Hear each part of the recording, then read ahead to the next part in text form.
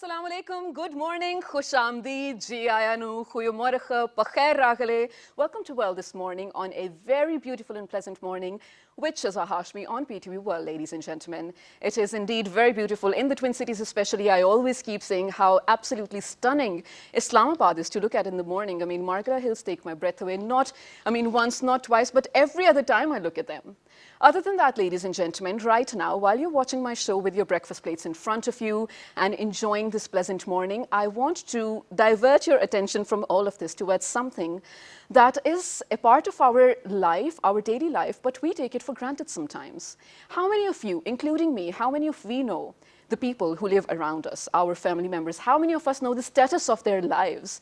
I mean, I'm pretty sure a lot of people out there who are watching right now don't even know who their neighbors are, don't even know if their neighbors actually slept with a dinner. I mean, did they feed their children? Did they feed their household at all? Do they have a certain income?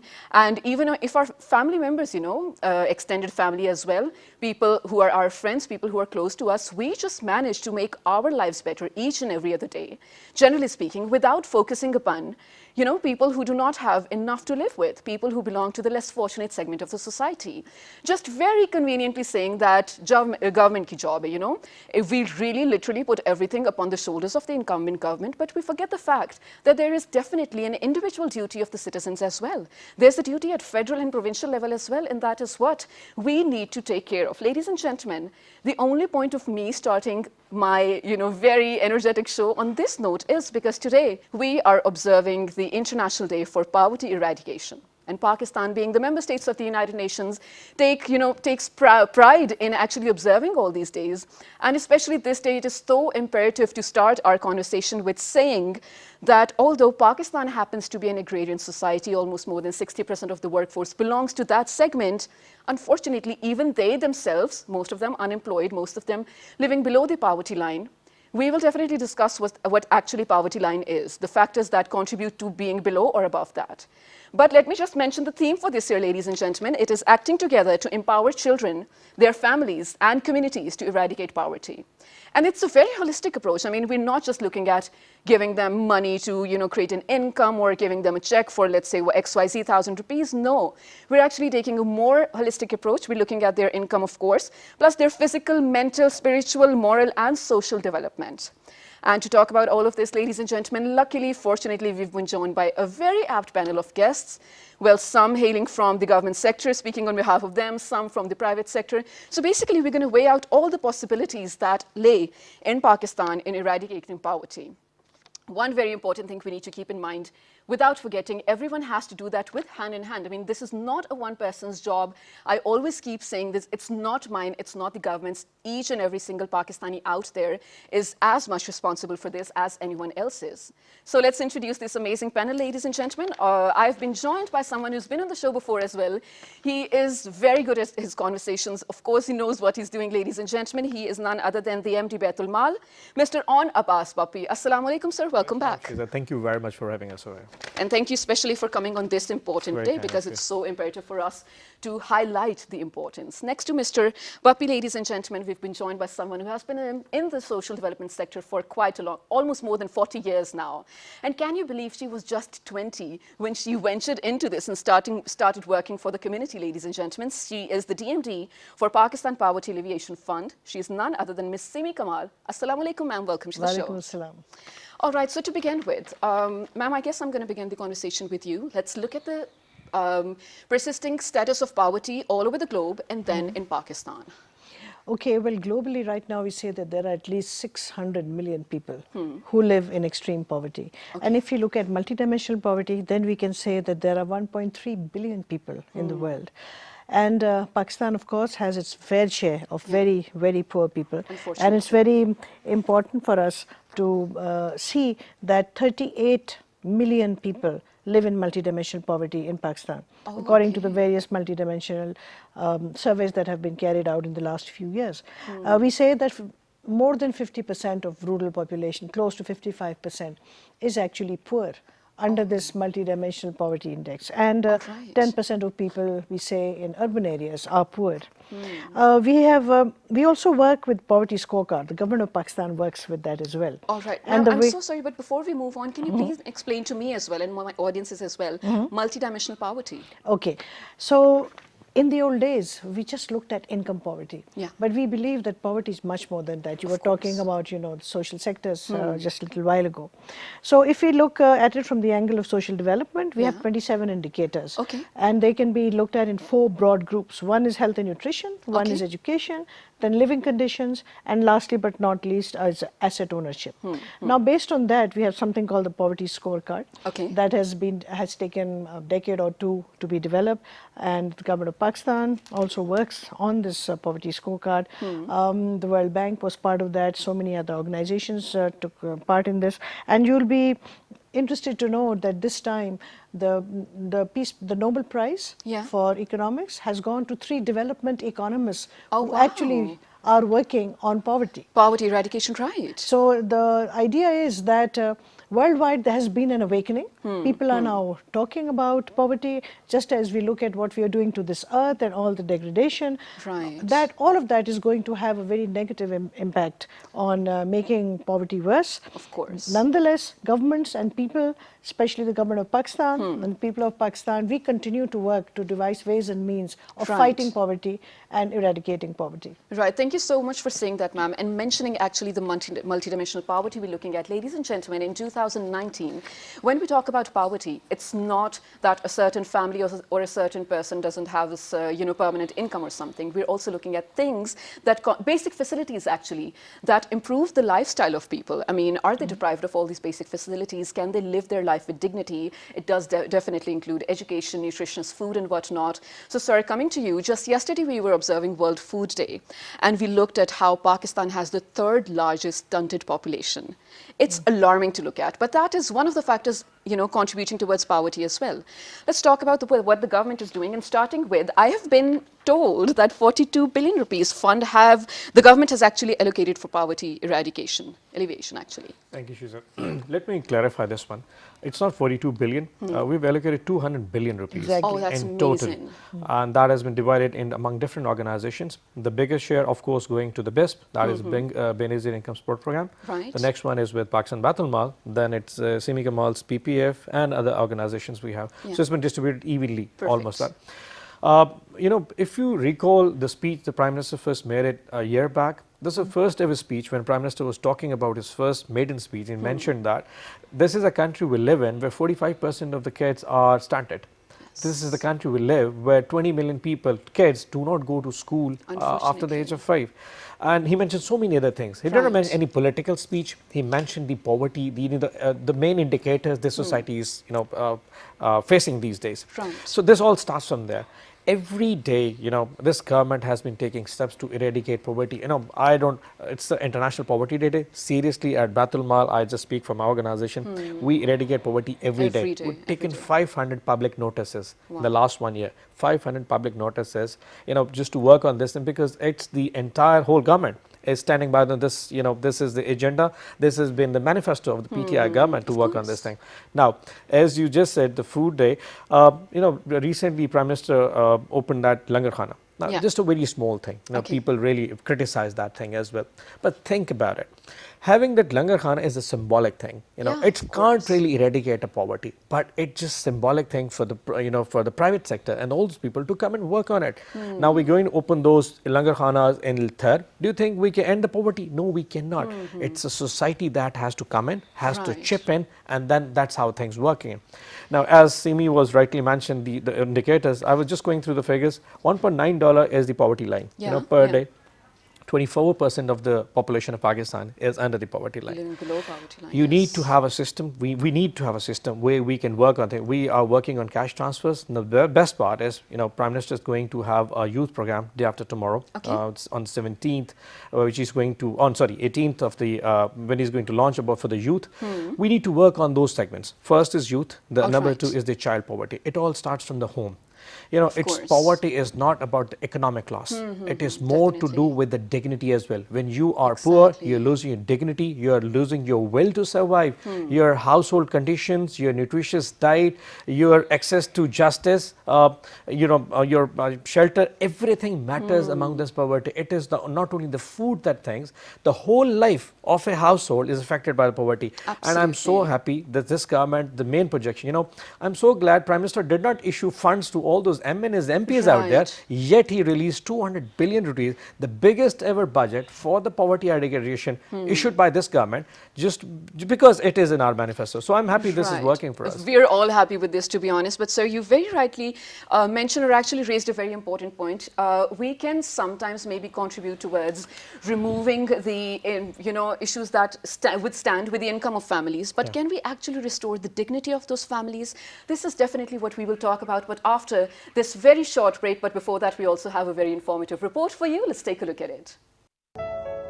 Poverty has many faces, whether it be striving children in Africa or Asia, or whether it be a struggling single mother crying in the supermarket as her children looked confused. The example of poverty range from extreme to almost imperceptible, and the UN has declared fighting poverty to be one of the cores of their Millennium Development Goals. There is no denying that poverty is a social struggle and affects communities far and wide, with impacts on single people and the whole cities. With raising awareness in recent decades, there are now more steps than ever being taken towards the eradication of poverty and the assistance and inclusion of those struggling with poverty towards being a part of the solution. The complexity of poverty is now better understood due to increased cultured awareness and sympathy with true connection and motivation towards a solution. The International Day for the Eradication of Poverty is observed to promote and acknowledge the effort and struggle of those living in poverty. The International Day for the Eradication of Poverty also gives people living in poverty a significant opportunity to make their concerns and thoughts heard, recognizing that they are the first to fight against poverty.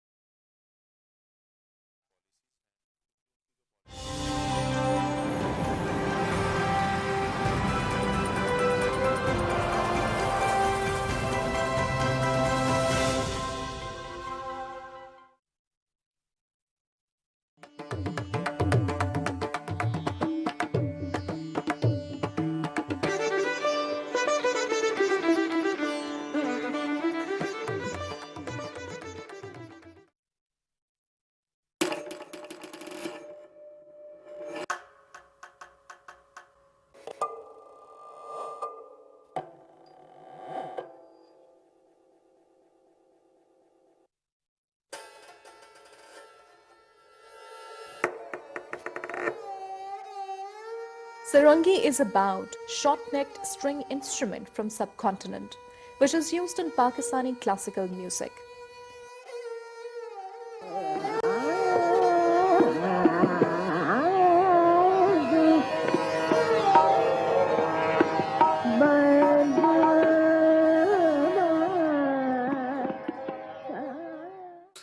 Its flexible tunability and its ability to produce a large play of tonal color and emotional nuance makes it unique.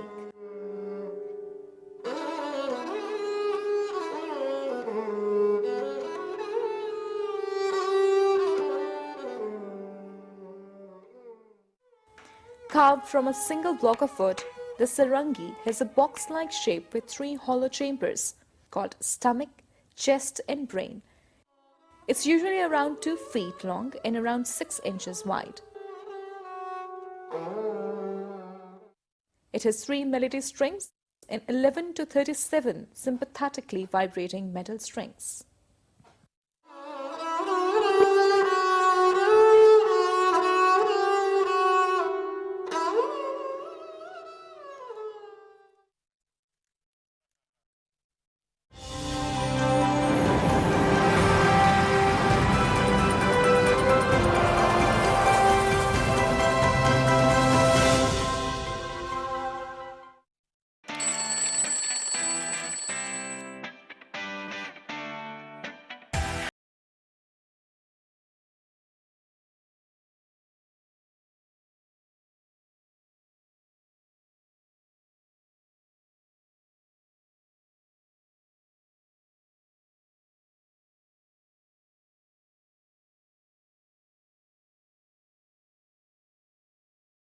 Welcome back to World This Morning, which is a Hashmi, ladies and gentlemen, on a very pleasant morning, where we as a Pakistani nation, being a member state of the United Nations, are observing the International Day for Poverty Eradication. And right when we, went out to a very short break, we were discussing if we can even manage to bring, the less fortunate segments of the society out of the financial crisis. Can we try to, or at least manage to restore their dignity as well, provide them with basic facilities? We know, sir, the incumbent government is actually doing a lot in that regard. So I want you to shed some light on the ASAS program, especially with reference to Baitul Mal. When we started last year, what was actually happening, there were so many segments of the government, they were working individually. Okay. Like there was Benazir Income Support Program in federal, there was Pakistan Baitul Mal in federal, there was Poverty Alleviation Fund, and there was several other organizations that were working provincially, Zakat and Usher in provinces. There are Baitul Mal in provinces. There are social welfare ministries in provinces as well. They were all working singly. So what Prime Minister did, he launched a program called ASAS, and Dr. Sani was made the minister to run the whole show. And what they did is they just got all those organizations on one platform. So there was no sort of there was like no conflict. What actually BIS was doing, I was not supposed to do it. So if BIS was working on cash transfers, I was told not to do it. I should deflect on doing something which they were not doing. And what actually PPF, the Poverty Alleviation Fund, was doing. So I said, okay, Baitul Mal should be doing it. So we all organization came in a single umbrella that was called ASAS. And there was one single program that was launched by the Prime Minister with 200 billion rupees that was distributed among these organizations to run it. When it came to my organization, Pakistan Baitul Mal, as Simi was mentioning before the break, we had so many segments we were working on. Health, nutritious diets, food, education, everything. Pakistan Baitul Mal is fortunate enough to working in all those segments. We are working in the fields of orphans, all those people, as I told in the last program. We're working in the fields of child labor, all those children who are working, you're not going to schools. We have schools for them. We're working for the women empowerment. We have women empowerment centers in Pakistan. We're working for poor patients out there who cannot afford to pay for their treatments in the hospitals. We are working for the scholarships as well for all those students who wants to go to the universities and cannot pay for their fees for higher education. We're working in the fields of cochlear implant. That's one simple thing, very small segment of the medical treatment. It's just one simple, it's small instrument which you normally put it behind your ears and it helps you listen to the ears and you can speak it out. It costs around 1.2 million rupees. Pakistan Baitul Mal launched it, the first one. We have also launched one more program that is for the civilians who will probably get martyred in national conflicts. We give 200,000 rupees to all of them. Right, I saw that on news as well, which is amazing. We give money to even those prisoners who are in the jails who cannot pay for the diyat or dash or daman and cannot pay for the that penalties that are put and they have to stay for another extra year or two.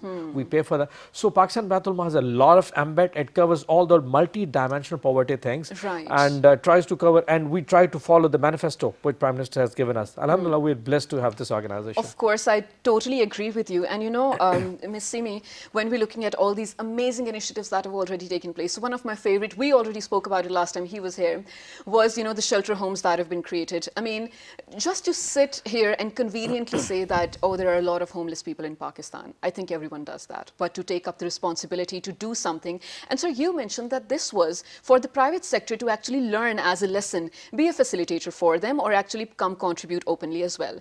So there are certain things, ladies and gentlemen, that can actually, if we work on them, we can probably help a family or a lot of people come out of poverty. But it's not just one thing. So let's discuss all of them individually.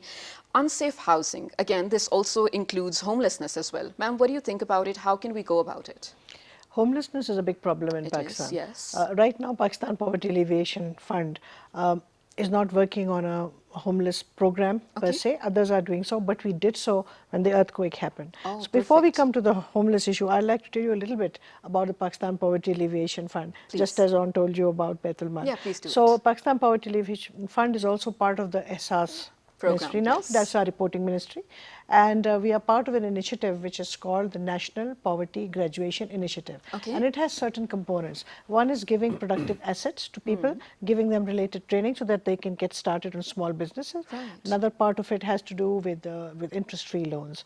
And as On mentioned earlier, BISP is already providing what are called unconditional cash transfers. So when we look at the whole poverty graduation scenario in Pakistan under this program, we can see it is now arranged in a very logical way. So we say first we go to the poorest households and we give through BISP the unconditional cash transfers to women. Okay. So they can, better support their households. Then, we provide assets, productive assets, and along with that, the required training, the skills training, this is called livelihood support, as well as providing the social development environment that will help people grow, because there are social dimensions to poverty, which means roads, which means water, which means agricultural development, could mean sanitation, all of those. Then we move on to what are called interest-free loans. So people with some assets can actually then have the background to actually take a loan.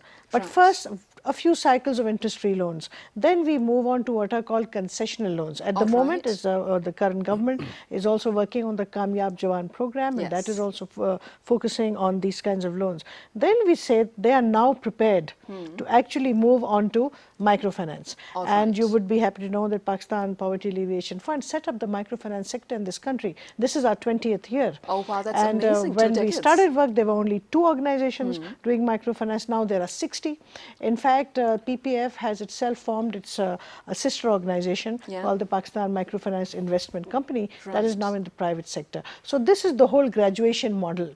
Now what work does PPF do? Right. We work in 137 districts. We have 130 partner organizations.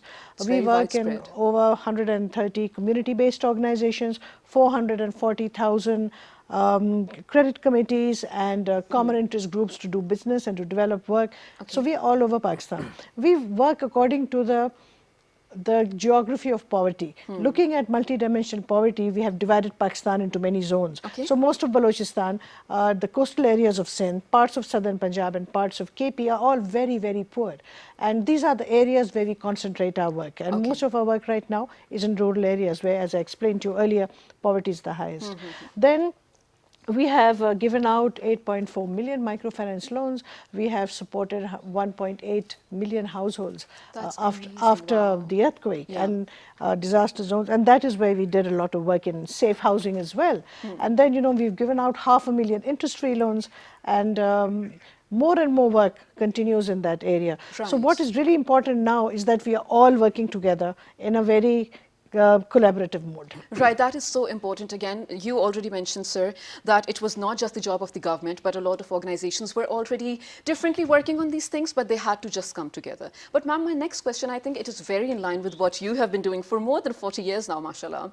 You have been actually lifting the women of Pakistan from so many different segments of the society, and you have been empowering them in so many different ways. So when we're talking about poverty eradication, I think it is very important to focus upon SMEs as well, and especially women-led SMEs. What do you think about that? Well, 50% of the population of this country are women. More than 50, I guess. And women, really go through a cycle of violence, a cycle of disempowerment, a cycle of being marginalized or being discriminated against. So in Pakistan, we've had a battle for many, many decades to try to bring women up. And, we say the rights and the resources and the opportunities of men are over here and those of the women are over here. I agree. Now we have to push women up. We're not saying pull men down. Yeah, exactly. We are saying push up the women. And in order to do that, whether it's education, nutrition, malnutrition, whether it is health initiatives, whether it is access to finance, that is really important. Now, in PPF, we are very, very cognizant. Our values dictate that we work especially on women, and so all our programs focus on women. So the interest-free loans, for example, more than 80% go to women. For the other kinds of the assets we provide, different kinds of assets, there are different proportions, but women come out 50 to 60%. We work very hard on ensuring that the community institutions, there are women, either there are men and women together or there are separate women's organizations. We listen to their voices. we understand what they are trying to do, and we try to help them. So yes, I fully agree with you that SMEs need to be developed. That's a little higher up on the poverty graduation. course. But yes, we are working towards that. PPF is now, will soon be introducing a program which is called GRASP, in which we will be focusing on these SMEs. Oh wow, that's absolutely amazing. Now coming on to you, sir, we were discussing some of the factors that do contribute to, living a life below the poverty line. But of course, if we work on them, we can definitely lift those people out of it. So, sir, one of the things that I mentioned was unsafe housing, of course. I want you to shed some light on that. If, of course, that does exist in Pakistan to some less fortunate segment of the society, but what are we doing for that? And also, unequal access to justice. I'll just add it to what Simi just Please mentioned about the Women Empowerment Center, because Pakistan Baitul Mal is taking a lead on that one. We have 160 Women Empowerment Centers in Pakistan. 160, that's amazing. And we have around 12,000 kids, women, who come to these centers every 6 months, so around 25,000 in a whole year, who come for different sort of trainings with us. Knitting, dyeing, beautician, computer courses, English language courses. Oh, okay. We give them stipend as well, 10,800 rupees a stipend for 6 months for getting training from us, which is free of cost. Okay. All those instruments are free.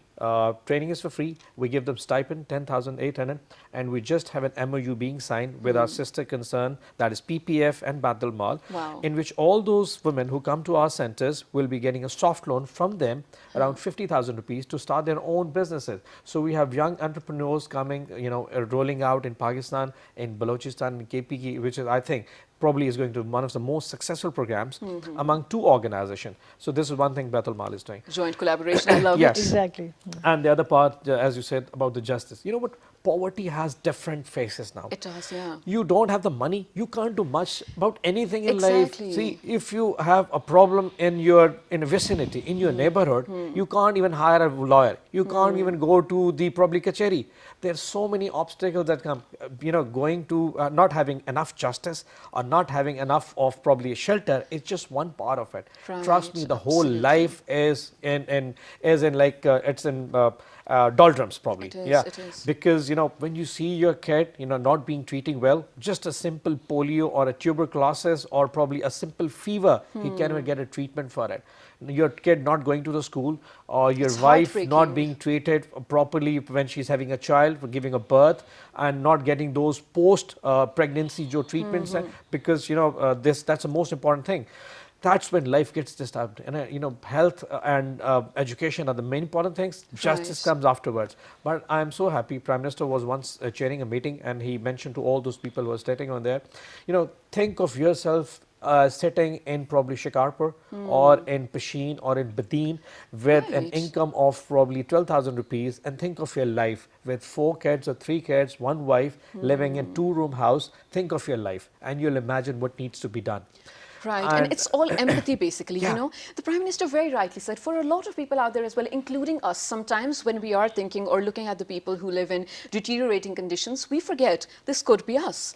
Luckily, we're not. That is just, totally another story, but that could be us. Empathy is what we're looking at. But ladies and gentlemen, also I want to take this moment to actually commend Baitul Mal over here, because I was just speaking to Sir over here. The last time he was on the show, my co-anchor Shazad had requested him of, reallocating some medicines. These were for chronic diseases, so many different diseases for so many different people out there. And they're now regulated, ladies and gentlemen. So when we're looking at the government doing stuff for the general public, it's not just shelter homes for all of you to criticize out there. They're actually looking after their health as well, because a healthy nation is, of course, it's progressing, it's developing. That is what we're looking at it, especially when we're looking at the health of women, ladies and gentlemen. A healthy woman, a healthy mother, a healthy daughter, a healthy wife is definitely going to shape your family, shape the generation, so many things that come under that, right? It's just Thank you simple so things. much for doing that, No, actually. that's very kind of. Just think of that stunted growth which Prime Minister was talking about. Why it is so important. Yeah. If the the child does not grow according to the capacity, the potential he has, the bones and the muscles and the mind and everything,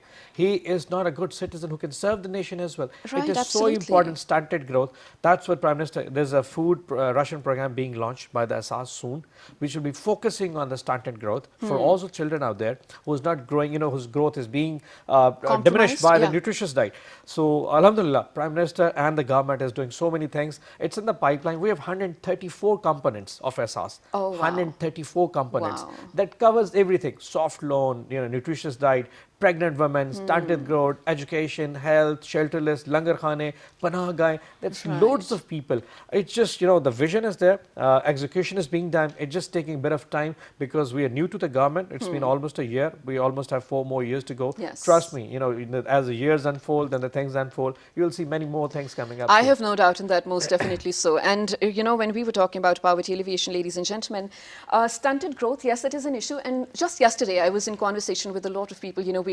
I mentioned, right, we were observing World Food Day, and they mentioned once a child was stunted in the beginning, even after that, if he, manages to be okay, the intellectual development is never going to be the same for a person who was never stunted. I mean, if we do have 63% population of youth right now, imagine, I have no idea how many of them were stunted, but the mental growth, it really depends, and it really contributes towards the growth of the country in so many different dimensions, yes. But coming back to what we are talking about today, poverty alleviation, ma'am, I mean, the things that are in line, that are on the way, let's talk about them, all the projects that we can see this year. Let's begin with that. Okay, before I go there, I just want to mention that when we are talking about stunted children, we have to talk about the malnourished mothers. The maternal mortality rate, I mean, in Balochistan, it is so high. It's so high. And then I'd also like to say that when we need to be in touch with reality. So those of us who are here, we don't understand. In PPF, we send everybody, every single person has to go for immersion every single year and has to go and live with a poor family and spend 2 days and at least 1 night with them. It brings us back to reality. So come with us, I'm telling you, come along. I would love to. Oh my God, I didn't know come that. along, That is we'll take you, and absolutely then great. you can really talk about it here much better, and you can bring the footage Once I've with you. seen it, I mean, yes. Exactly. So in terms of all the things that are going to be happening in the year that's coming up, I can tell you a bit about PPF. Please go what ahead. we will be doing as part of the SR's program. Right. We have now accelerated our program for interest-free loans. Like today, on World Poverty Day, there are 100 centers across Pakistan that are giving out these checks. Okay. And this week there are going to be about 380 centers altogether doing so. So what we have done is systematize the way we work under the SR's program. So we are expecting to continue to work on all these elements of poverty graduation that I mentioned to you. All right. We are expecting to give out a few 100,000 assets.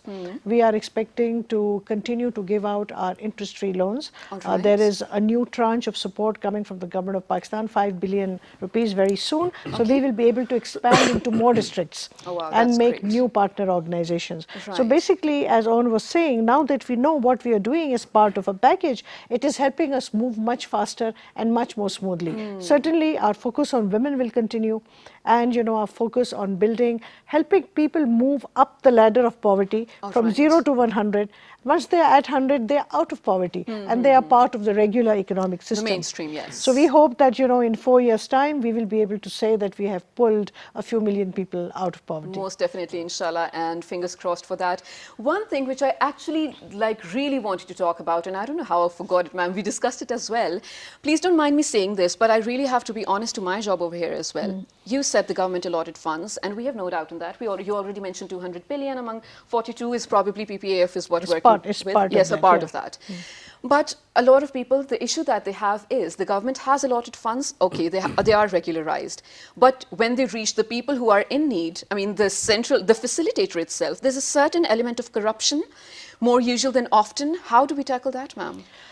You are absolutely right to say that people are concerned about corruption. It's in our society, we can't deny it.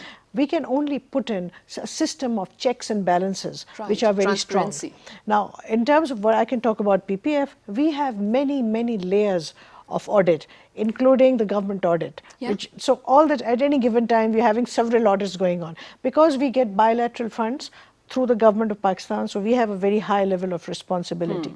Then in terms of the impact we are making, is the money going to the right people? Is the support going to the right people? So important. For that, we have a whole series of research studies that tell us where we are. Okay. So that includes, baselines, midlines, endlines, as well as ongoing research studies, with control trials, which are led by international universities and Pakistani universities. We have a research conference every year where we bring these results so that we have the comfort that the systems that we have for getting the support where it's needed and making sure that the money is flowing in a way where we have been able to plug all the gaps. So it's a ongoing struggle. Right. And but it's taken care of. It is taken care That of is through the the better satisfactory. systems that we put in. Right, thank you so much for saying that. So towards the end, I want both of you to generally talk about or wrap up the solutions that we can do on individual level, maybe on, of course, you are speaking on behalf of government for so long, but let's talk about individual level.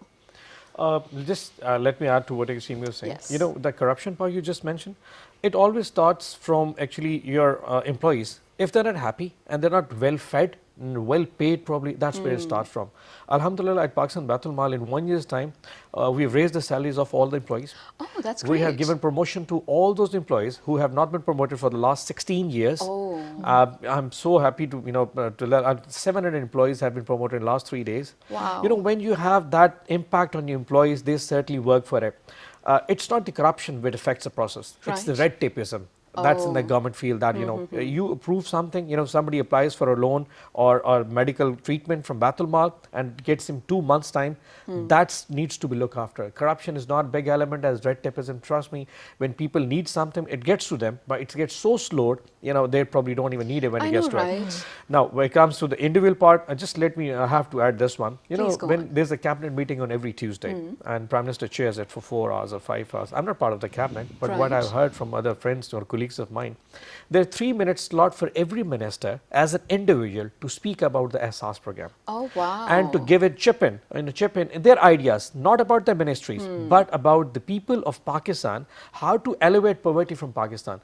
And think about Murad Said in a communication ministry talking about Athar Langar Khana, or probably Minister for Accountability Shahzad Akbar talking about probably Panahaga in Badin. Okay. So that's what they're supposed to. I was once talking to Murad Sain and he was sharing this idea with the Prime Minister that we need to have disabled friendly motorways. That's Of one of the course. ideas, and now they have wheelchairs across there. So, Alhamdulillah, everybody's thinking about it on individuals.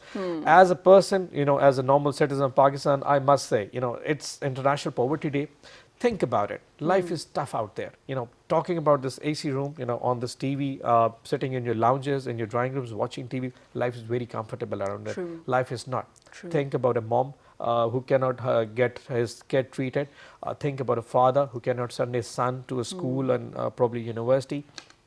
Think about a beva, a widow who cannot survive, who doesn't have food to feed her children. Life is tough out there. We need to come out, and the society should come and serve the purpose. Governments only lead, they lead symbolically. Society must play its role, and Have on to this follow day we and all adopt. have to promise to ourselves, and we should, this is an abiding factor. Yeah. As a citizen of Pakistan, having this jhanda over here, it means a lot to us, and we should does. honor it by helping those people, the vulnerable, the poor patient, people out there. Life is tough. We should help them out, and one day, inshallah, Naya Pakistan will be made, but it'll be the joint efforts of the government and the And the Pakistani public, citizens of course. That was absolutely beautiful. Thank you so much for saying that. What about you, ma'am? Your closing note for today. Pakistan is a highly philanthropic country. We know that, Yes. in every kind of measurement that we make. So the important thing is that this philanthropy has to be channeled where it's really needed. And with the poverty levels in Pakistan, we have to work hard to communicate to people that all this philanthropic feelings that you have, all the sense of volunteerism needs to be directed so that it can really help us raise as a nation. So some of the more traditional ways of giving need to be replaced. Each one of us can do that by controlling wastage, by simplifying the way we look. The whole world is moving to a tiny house movement. People are now saying you don't need to live in big houses. Exactly. Okay, returning to nature, cutting down consumption, all of this is going to release resources, even at an individual level, that can then be pledged to raise our nation as a whole, and to be able to say at one time that Pakistan is poverty-free. Thank you so much for saying that. Thank you so much for being on my show you and very talking much for about this inviting us. very important issue, ladies and gentlemen. This was Ms. Simi from Pakistan Poverty Alleviation Fund, the Deputy MD, and this was MD Baitul Mal, Mr. On. So today, as I already mentioned, on the 17th of October, ladies and gentlemen, Pakistan is observing the International International Day for Poverty Eradication, and the theme we were observing is acting together to empower children, their families and communities. Just a very small request towards the end. For all of you out there, I think this is you can relate to it a lot. Every one of us goes to vegetable vendors and we're always fighting with them, you know, ki challi sasti kar dein, dhaniya pudina sasta kar dein. Why though? Why is it so hard for us to pay probably 10 or 20 rupees for something that they are doing, they are putting on the table after so much effort, while we don't even fight for, let's say, buying something from the clothing brand that costs hundreds and thousands of rupees. So please be generous over here. When we're looking at these people, they're actually earning in a way that they're maintaining their dignity as well. Please don't bring them down. And that is how you can somehow, you know, contribute towards eradicating poverty in Pakistan. Please write us on our Facebook page with the name of Well This Morning. On Twitter, Well This Morning without a G. Daily Motion on YouTube, also Well This Morning. And the repeat you can catch at 11 p.m. tonight. Till the next time, take care. Good morning.